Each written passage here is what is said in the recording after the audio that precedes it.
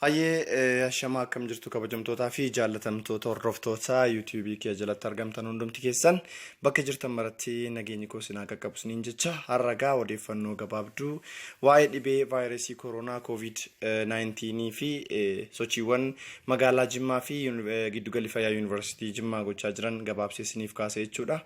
Egaa bulchiinsi magaalaa Jimmaa jechuudha qeerroowwanii fi tolooltota dargaggoota magaalaa Jimmaa waliin wal ta'uun jechuudha. Dhibee vaayirasii koronaa kana hawaasa keenya irraa ittisuuf jechaadha. Dhibee keemikaalaa amma mul'atu kanaan biifamaa oliira guyyaa har'aa jechuudha magaalaa Jimmaa keessatti.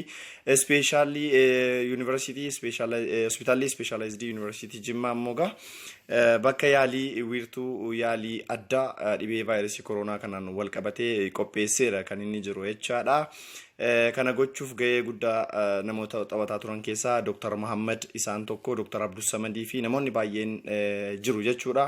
Hunda isaaniitiifuu galata galchuun barbaada. Walumaa galatti giddugalli fayyaa Yuunivarsiitii Jimmaa dhibee vaayirasii koronaa kana to'achuuf sochiilee nuti aanulee fi gandoota baadiyyaa garaagaraa keessatti taasisnullee nu gargaaraa nu cinaa dhaabbachaa turaniiru galatoomaa jennaani.